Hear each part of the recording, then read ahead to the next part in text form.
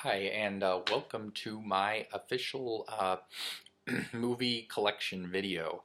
I've always wanted to do a little collection video just on everything that I own, and this is a good sampling of that. There's more shelves down below that you can't see right now, but this is where I keep most of my movies. Um, as you can see up here at the top, I have first thing. These aren't going to be in any specific order, but the first thing that I have is the Lord of the Rings extended edition Blu-ray set. I really like this set a lot. This is one of my favorite things that I own with the inside. It looks so nice, and it's got the map of Middle Earth, and it's a really nice cover to have also. I mean, it's just something cool that I always keep up at the top here. And behind that, as you can see, I have the original Star Wars on a Laserdisc. These are really hard to find nowadays. And I also have a Laserdisc player that I can play because this is the only way currently, legally, not using the internet, to get the original unaltered cuts of the first three original Star Wars movies, 4, 5, and 6. But you'll notice this doesn't even say A New Hope on here because this is before it was renamed. This is just Star Wars. I love the inside of this. It looks so cool. Like, picture of Vader. It's got the cast list about the movie, and on the back it's got some nice information, nice stills from the shoot. It's just amazing that the work they used to put into this stuff, and it makes for a great display as well. And here is also Return of the Jedi. Again, really nice artwork on the front of the back, and then the inside. I love that. That just looks so cool. It's amazing.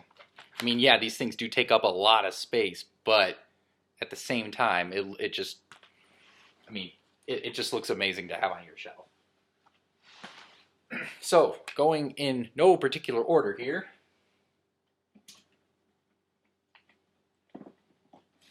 I'm just going to go rattling off the list. A lot of these are DVDs. I do have quite a bit of Blu-rays too, but I haven't had time and the money to convert everything else. So here we go. Pirates of the Caribbean, Curse of the Black Pearl. I did not see this first. The first movie I saw in the Pirate series was Dead Man's Chest. I was always told, Pirates of the Caribbean, it's kind of for, I had a misconception. I thought it was for girls. I thought it was like a pirates movie that was driven for a female audience. I don't know why. I was in 8th grade when the first movie came out. You think it would be right up my alley. I like adventure movies. I just didn't see it. And then I saw this in 2006 when I was sophomore, I believe, in between sophomore and junior year of, between junior and senior year of high school, and I really liked it, and I was like, oh man, what, I have to go see this other movie, what, I missed it. And then I saw it and I'm like, oh man, it's so good. And then of course I have At World's End. I have the 3 movies that really matter.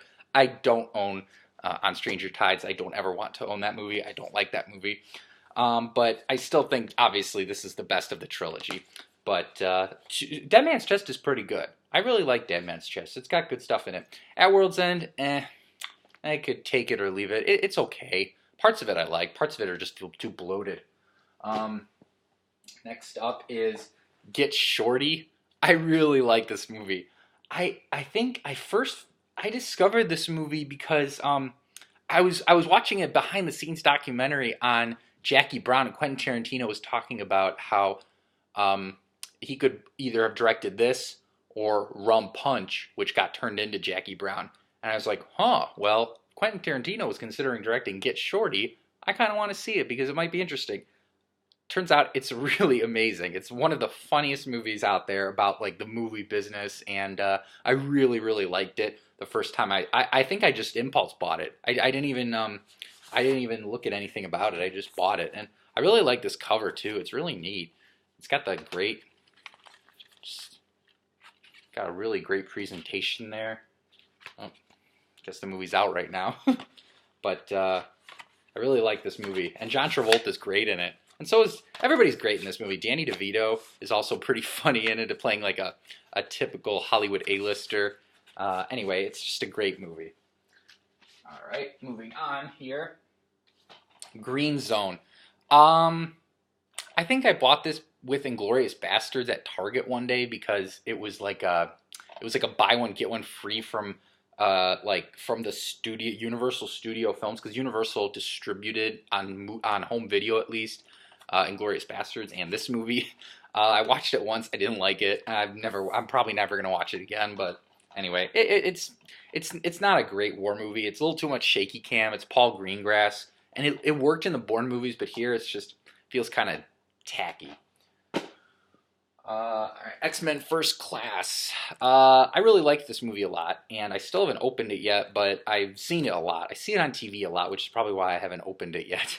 But I got this as a gift, and I first saw this in the theaters, actually, and I was very hesitant, because I was not a fan of X-Men The Last Stand, the third movie that preceded this movie. And I was like really hesitant to see it. But I was like, you know what, they're rebooting it. I'll give it a chance. And then it ended up actually being really good. And the more I've watched it, the more I've grown to like it. So this movie definitely has a good rewatchability value. Ben-Hur, again, I just got this for Christmas. Still hasn't been opened. But I've seen it before. I really like the movie. I have to check it out again, though. The New World. I don't know why I bought this. I think I saw it on HBO one day, and I liked it, and it was like $5. It was during like a Cyber Mondays deal. I've watched it once since I purchased it. It's pretty good. It's just a little slow, and I have to get in the mood for this movie, but it's overall, it's pretty historically realistic. King Kong, Peter Jackson's follow-up to Lord of the Rings. I liked Universal's presentation of what they did with their covers. It looks really nice. I like this movie. A lot of people have problems with it. I can see how people thought, did you need to turn King Kong into an epic? But he does a good job with it. He really does. There are a lot of good and very good practical effects in this movie before he went really too heavy into the CG realm, in my opinion. Fast Times at Ridgemont High. I think my dad first recommended this movie to me because he knew I liked high school movies, and he watched this when he was like, or just finishing high school in his first year of college, and he's like, oh, this is pretty funny. So I watched it when I was probably like a sophomore in college, I think, so quite a while ago, and I loved it. The first time I saw it, I went out and bought it like the next week. It's so funny. I love this movie. If you haven't seen it, check it out. Sean Penn, this is his best role in my opinion. It's one of his first, but he is hysterical as this like wannabe surfer stoner guy. And Jennifer Jason Leigh, who's actually just in The Hateful Eight, this is one of her first movies. She's really good in this movie as well. Everybody's got a character that they can identify with this movie. And Cameron Crowe wrote the script. It's so funny. And it gets funnier every time you watch it. It's one of those types of movies. Okay, here. Home Alone Double Pack 1 and 2. Home Alone, I have probably seen this movie more than any other movie, I think. I used to watch this as a kid over and over and over again. The first movie, especially the first movie. Second movie I would watch not as often because we didn't own that one on VHS, but the first one I used to watch it so much. It still is hysterical to me, both of these movies. I love these movies. It's the perfect Christmas movie. You know, it gets you in the mood for the holidays, and it's just funny. I mean, watching Joe Pesci, an Oscar-winning actor, just getting the crap beat out of him by this kid, it's hysterical. And the music by John Williams is amazing in this movie. Both of them. Okay, and then I have Star Trek and Star Trek Into Darkness, both the J.J. Abrams rebooted Star Trek movies. Very, very good movies. I think I like the first one a little bit better than Into Darkness, although I have to see this again. I've only watched it twice, once in the theaters and once since I bought it, which was a little while ago. So I have to give it another shot because I've seen this one probably like 5 times. So, but as of right now, I like the first a little bit better than Into Darkness. But yeah, really did a good job with the reboot and with the Star Wars reboot. Children of Men. I think I saw this movie. I didn't see it in the theaters. I saw it first, I think, at a friend's house. And I was like, wow, that movie, it touched a chord with me. I need to see that again. And it was a I think a Cyber Monday deal on Amazon. I got it. And I've seen it twice since I've gotten it on Blu-ray. This was only like probably a year ago I bought it. It was really good. It's really a good, great dystopian story, though. I highly recommend it. Alfonso Cuarón, who directed Harry Potter and the Prisoner of Azkaban and Gravity, directed this movie. He has the same style as he does in both of those movies. Very long, extended tracking shots, but the fact that they didn't have to use a lot of CG in this movie and they did in Gravity, it makes you appreciate this movie a little bit more just because of the practical effects. Cloud Atlas. Okay, a lot of people don't like this movie. It divided critics, it divided audiences, but I happen to fall into the camp that absolutely loves this movie. It is, in my opinion, a perfect, epic film. It is so well made, very original, based off of the novel, but I've never seen anything like this movie before. Never. It's all about like these 6 stories that are all taking place at once with many characters, and the actors are all playing the same person, but you see the journey of the character that they're playing throughout every single life that this character lives, from like a villager, a slave, to a villager, to a hitman. I mean, they go throughout their lives in different roles, and they grow as characters. Well, some grow, some don't, some stay the same, some get worse, but it's just so. A lot of people I talk to, when I get them to watch it finally after, because usually they think, oh, the Wachowskis, they haven't made a good film since The Matrix. I would put this as just as good as The Matrix. I honestly believe that. It is so amazing, this movie. Just the scope of this movie alone is incredible. Paths of Glory, Stanley Kubrick film. Very, very underrated. Not a lot of people have seen it, because it's usually not included in a lot of his collections, but it's a great World War I film. Really emotional, really an anti-war, but it is one of the greatest anti-war films ever made. Fugitive, I got to get this on Blu-ray because I love this movie. My dad, this is his favorite movie. I think he watches it every time it's on TV, and it kind of rubbed. I didn't really like it the first few times I watched it, but then the more I started watching, I'm like, you know what? It is actually a really, really solid thriller, and it's a great, character study between Harrison Ford, the wrongly convicted fugitive, and Tommy Lee Jones, who plays a U.S. Marshal. Check it out if you haven't seen it. It's a great action movie. Showcases Chicago, which is where I live. Showcases Chicago amazingly. The shots, it's like you can see how The Dark Knight was influenced by this movie. Robin Hood, Prince of Thieves. I first saw this my senior year of college, so about 4 or 5 years ago now, and I think I watched it on TV, and I just thought it was really funny, and I decided I wanted to own it. This was before I had a Blu-ray player. Obviously, I would have bought it on Blu-ray. It's not the best-looking movie, and Kevin Costner's British accent is nowhere to be found, but Alan Rickman kills it. Rest in peace, Alan Rickman. I actually have to watch this because I was thinking about it after he just passed away, and this is one of his funniest performances. He steals this movie every scene he is in. When he says, like, at least I didn't use a spoon. Zoolander, the sequel's coming out pretty soon. I think I just purchased this on a whim because I saw it on TV and I thought it was pretty funny. I haven't seen it since I bought it, but I probably will before the sequel comes out. It's a very, very funny movie. A lot of people, I'm sure, have seen this before, though. Napoleon Dynamite. This movie, first time I saw it, I was like, this is the dumbest thing I've ever seen. It didn't make sense to me. And then I watched it again and again, and every time I watched it, it kept getting funnier and funnier. And it's one of those movies, a lot of people, they either love it or they hate it. I've shown this to people and they absolutely hate it, honestly.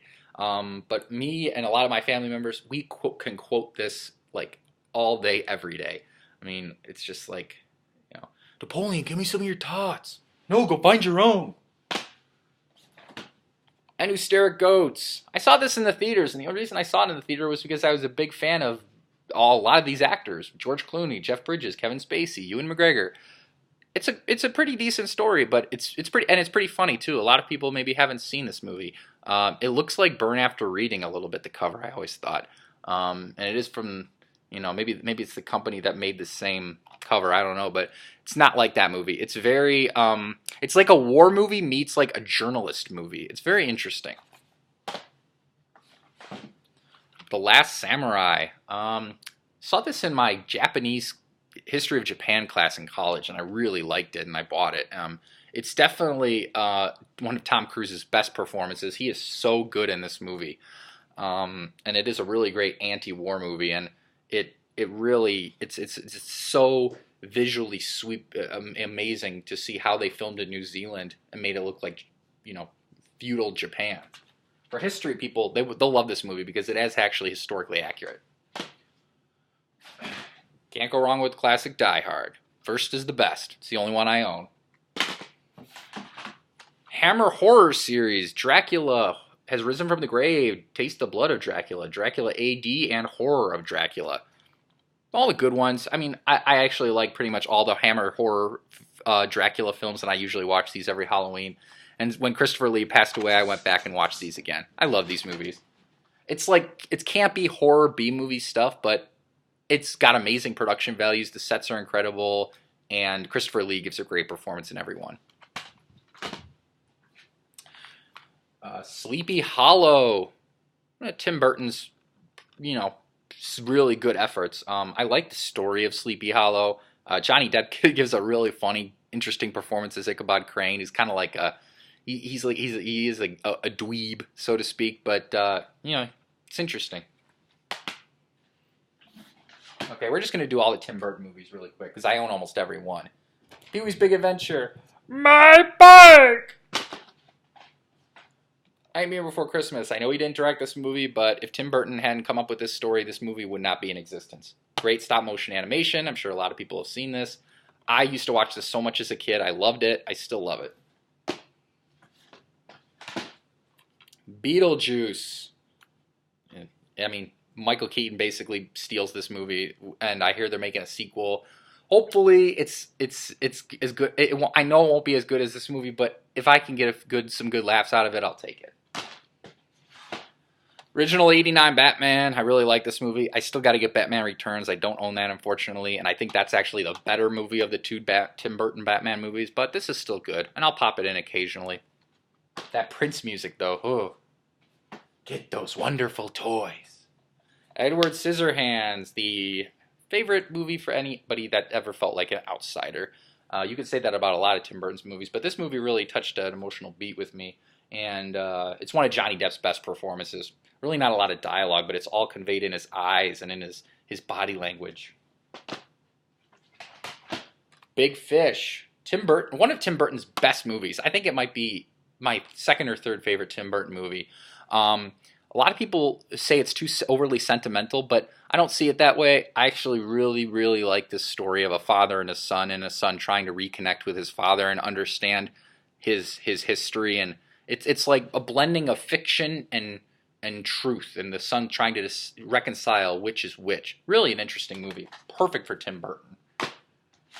Charlie and the Chocolate Factory. I don't think it's as good as the older Gene Wilder version, but I still think that there are some funny scenes in it. Johnny Depp is the only he plays a really different type of Willy Wonka, but it's still pretty good.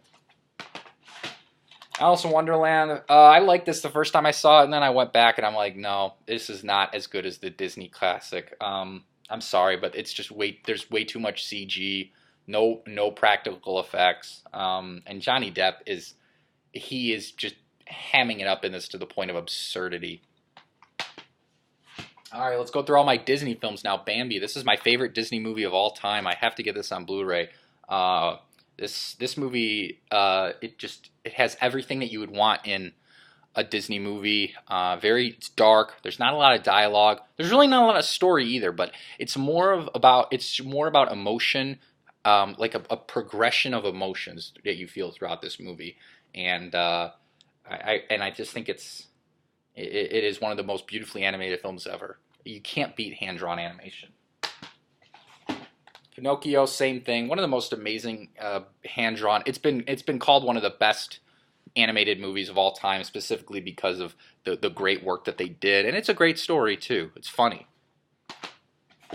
101 Dalmatians. This is my second favorite Disney movie of all time. This came around right when they needed to start saving money, and they went over to xerography, which is why the film has like a different look to it than like Sleeping Beauty, which came before it in '59. This was their first film that transitioned into that, and it was a bold choice, but it worked out. Cruella de Vil is one of my favorite Disney villains. I used to watch this as a kid all the time. This is my childhood right here. I always wanted a Dalmatian since I've seen this movie, and yeah, I'm sure everybody's seen or heard of this movie, but I have to get this on Blu-ray too. The Jungle Book, really, I love this movie. It's not the best story, but the animation and the character. This is a showcase for character animation. It's amazing how they synced the voice, like Phil Harris or George Sanders, who plays Shere Khan, and how they were able to incorporate Louis Prima, who plays the ape, how they were able to incorporate the personality of the voice into the character. It's amazing. Also, the animation I mean, it's leaps and bounds better than a lot of animation today in the computer. Robin Hood, the animation isn't that good in this movie, but I like it just because the songs are pretty interesting, and it's funny. I mean, it's a very funny movie. But it's not one of Disney's better efforts. They reused a lot of animation, you can tell from previous movies, but it's okay. Little Mermaid, the beginning of the Disney Renaissance. I really like this movie. I think this is one of the better Disney Renaissance films, mainly because it doesn't have a lot of the anachronistic elements that Lion King has. Because there's no pop culture references in this movie like there are in that or Aladdin. Not that I don't like those movies, I do. I just like this a little bit better. All right, Beauty and the Beast, my number 3 favorite Disney film of all time. It's the best film of the Disney Renaissance, in my opinion. The only film besides WALL-E to be nominated for Best Picture, I believe. Maybe Up also was. But yeah, I love this movie so much. I've loved it since I was a kid. I've seen it on Broadway. I've seen it in many different stage interpretations. Really great movie. Aladdin. Robin Williams makes this movie. He is so funny in this. How they were able to get all of his ad-libbing and actually develop it into this character is amazing. But yeah, Aladdin is you can never make this kind of movie today. Mulan. Not my favorite Disney Renaissance movie, but mainly because the villain is really weak, I think, but not really developed. But it's a good. Overall, it's a pretty good story. A female-driven movie, which Disney excels at. Hunchback of Notre Dame. This is my favorite Disney Renaissance movie. Actually, this is my second favorite Disney Renaissance movie after Beauty and the Beast. This is one of Disney's darkest movies. I love it. It's so underrated. Not a lot of people have seen it or know about it, unfortunately. But it tackles really serious issues and has one of the best Disney villains of all time in Frollo, who is just a xenophobic, horrible individual. Finally, The Lion King. This is the only Disney movie I do own on Blu-ray. It's also probably not one of my favorites, but I had to get it before it got really expensive. The songs are great, and the animation is pretty good, but I just felt like the story was a little too simple. I know everybody's compared it to Shakespeare, and it's like Hamlet, but the story just did what it needed to do, in my opinion. It didn't take a lot of risks. All right, going up. The Goonies. Shunk, Truffle Shuffle. This is one of my favorite movies of all time. This is my childhood. I watched this movie so much. Actually, maybe this movie, not Home Alone, is the one movie I've seen more than anything else. I love this set that it came in. It's amazing. It's got the map, and it's got like a bunch of cool board game and poster and other fun stuff. But and the case is amazing. It's beautiful. This is like a nostalgia trip for me every time I watch this movie. I know every single line. It's so funny though. I love the interaction between the characters in this movie and how the kids all talk over each other, just like kids normally do. James Bond, the complete collection. I own every single movie on Blu-ray. This took a lot of saving up for, but I got it when it was really inexpensive, and I'm not going to take them all out, but it's really nice, all the way up to Spectre. I figured, you know what, they're going to keep making James Bond movies, so nobody's ever going to have the official collection because they're just going to keep making them. So I figured, you know what, with the fifth, with all these films, 23 films on Blu-ray, or 24 including Spectre. I figure I'm gonna just get it now. Memories of Murder. This is one of the best foreign films I've ever seen. Maybe not a lot of people have heard of it. If you ever seen the movie Zodiac by David Fincher, it's a lot like that movie, except it is, I think it's better, and it came out before. It came out in 2003. It's a great detective story, great murder mystery. If you like those kind of movies, you got to check this out. Amazing cinematography too.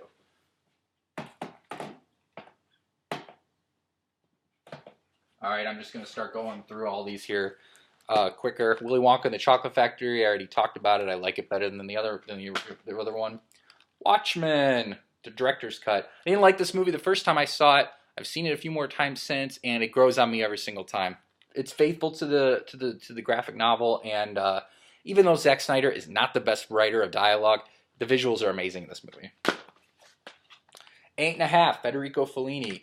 I love how this movie just deconstructs the making of a film and what types of pressures a film director is under. It's very meta, this movie. Very dreamlike. I really like it. You can see how it inspired like Tim Burton. Okay, Da Vinci Code. I know a lot of people don't really like this movie or Angels and Demons, but I really like them. And I like the books were pretty good, but I like thrillers and mysteries, and there is a mystery to these movies, and it's like they're like conspiracy type films. They're really, if you like that kind of stuff, these are for you. Dark City. Alex Proyas directed this movie and came out before The Matrix. A lot of people say it ripped off The Matrix, but this came before The Matrix. The Matrix actually used some sets from this movie. I really like this movie. It deals a lot with what makes a person a person. Is it how would you characterize what a human being is? What drives us? Truman Show. Truman Show with Jim Carrey. I love this movie. Loved it ever since I first saw it. It's Jim Carrey's best performance, in my opinion. Master and Commander, Far Side of the World. Great Peter Weir movie. Great Russell Crowe performance. Unfortunately, it didn't make a lot of money at the box office because they were going to make more of these because it was based off of a set of novels, and I would have seen all of them.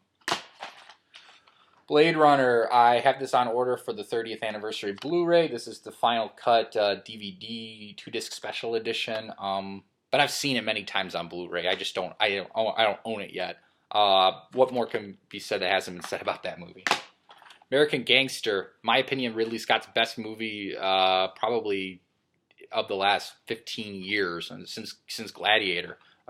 Really great story about, and it kind of plays on the criminal cop stereotypes that you see in movies. Kingdom of Heaven, another Ridley Scott movie, the director's cut. It's the only cut worth watching. Don't watch the theatrical version. All right, and then I have every single Harry Potter movie. I'm not going to go through them all, but I have all 8.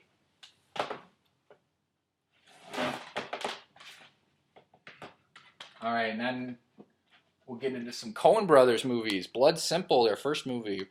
You could see how they were experimenting, trying to figure out their steps with this movie, but it's still solid. Miller's Crossing.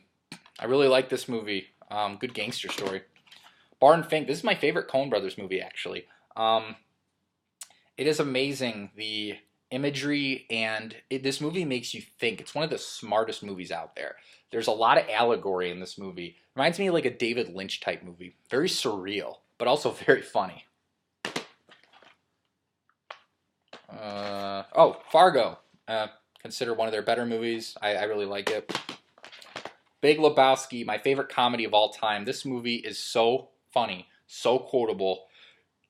I mean, it's just, you can go down the list of how many good lines there are in this movie. It's unbelievable. I told that crowd a freaking 1,000 times I don't roll on Shabbos. Oh Brother, Where Art Thou? Great soundtrack. Not a fan of the story, but it's a great soundtrack. Burn After Reading. I disagree with so many people on this movie. I love this movie. This is one of my favorite comedies of all time. It is so funny watching John Malkovich and Brad Pitt just make complete fools of themselves. You've never seen them in these types of roles before. The Coen brothers were amazing in casting them in these types of roles. Brad Pitt it's some of his best work in this movie. He is so funny in this movie. He just plays a complete idiot, and it's perfect. No Country for Old Men. Obviously, it's one of the Coen Brothers' best movies. I think one of the best movies of all time. Frighteners, early Peter Jackson, before Lord of the Rings, actually. One of Michael J. Fox's last performances before he went in a little bit of a hiatus because of Parkinson's. But this is a really good showcase of special effects and what Peter Jackson was going to do with Lord of the Rings. Okay, so then we've got up here, I'm just going to point here, got Game of Thrones Season 1, Game of Thrones Season 2. The Stanley Kubrick Essential Collection. I love Stanley Kubrick. He's my favorite director of all time. This movie, this is great because it has a lot of his movies on Blu-ray. Spartacus, Lolita, Dr. Strangelove, 2001: A Space Odyssey, Clockwork Orange, Barry Lyndon, The Shining, Full Metal Jacket, Eyes Wide Shut, and the documentary, which is an amazing documentary, Stanley Kubrick, A Life in Pictures. His movies, I mean, they're so visionary. Anybody who calls themselves a movie buff has to know who Stanley Kubrick is and what he contributed to cinema, because nobody's ever been able to duplicate what he did, which is just it's unbelievable. The Dark Knight trilogy, and I have all Christopher Nolan's movies on Blu-ray. He's my favorite current filmmaker right now. So Dark Knight trilogy, which looks really nice. I like this cover. And then I've got all of his films all the way through to Interstellar. Following. I recently discovered this. I didn't see it for a really long time. This is the Criterion edition. It looks amazing from Blu-ray. It's his first movie, but a lot of the themes that he is developing in his movies, the malleable nature of personal identity, obsession, blackmail, it's all in here. This is like the blueprint for Christopher Nolan right here. Memento. What more can be said about this? It's an amazing movie. It's my second favorite Christopher Nolan movie. Insomnia, not his best effort, but I still like a lot in this movie. Al Pacino and Robin Williams kill it. The Prestige. This is my favorite Christopher Nolan movie. Kind of an underrated Christopher Nolan movie, but so good. It's got all of his themes in it that work so well. Christian Bale and Hugh Jackman are amazing. And then Inception. I mean, Leonardo DiCaprio. What more can be said about that movie that hasn't already been said? Interstellar, divided critics and audiences, but I really liked it. I like it more and more every time I watch it. The first time I watched it, I was like, it's kind of middle of the road Nolan, not that great. But then as I've watched it like 3 or 4 more times since, it's gotten a lot better. So, check it out. And then I got pretty much all of Quentin Tarantino's movies, with the exception of the 2 Kill Bills. I have to get those. So I have Reservoir Dogs, Pulp Fiction, Jackie Brown, Inglourious Basterds, Django Unchained. Then we get on to Martin Scorsese here. I've got Taxi Driver, Goodfellas, Casino, Shutter Island. I love Shutter Island. It's one of my favorite Martin Scorsese movies. A lot of people didn't like this. I don't know what they were smoking. It's it's an amazing movie. Leonardo DiCaprio's performance is great. And I'm not just talking about the twist at the end. I'm talking about the intensity of everybody's performance in the movie, how everybody's on edge the entire time. I know I was as an audience member. Great cinematography by Robert Richardson. Great movie. Zodiac. My opinion, David Fincher's best movie. I like this better than Fight Club. Oh, I broke the first rule about Fight Club. Once Upon a Time in the West. This is, in my opinion, Sergio Leone's best film. I like it better than any of the Dollars trilogy. I think it is my favorite Western of all time.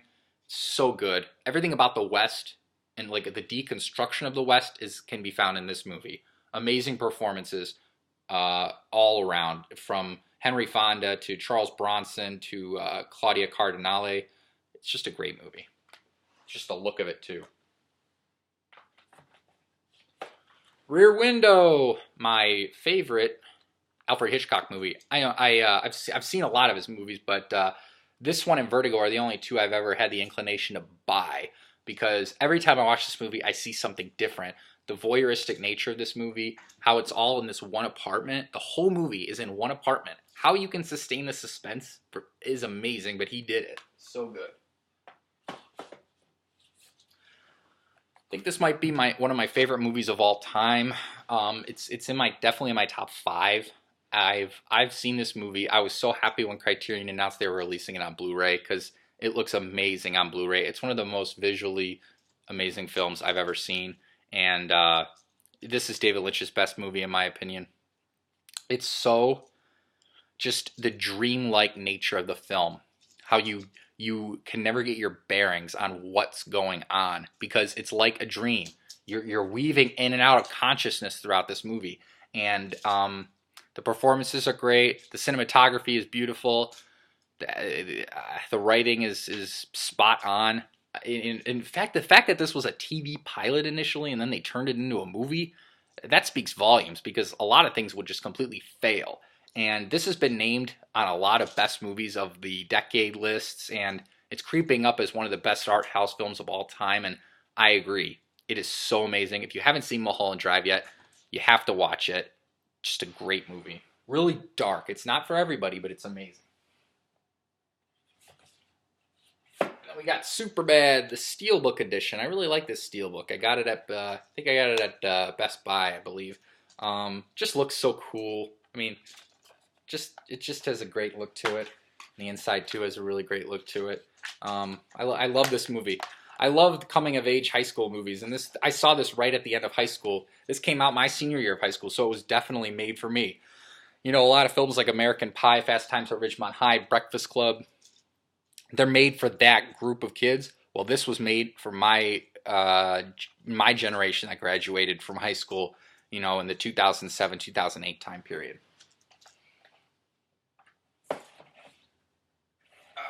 Last but not least, Back to the Future, the trilogy on Blu-ray. I like all three of these movies for different reasons, and whenever I'm in a different type of mood, I'll put in one of these movies. I don't necessarily watch the trilogy in order all the time.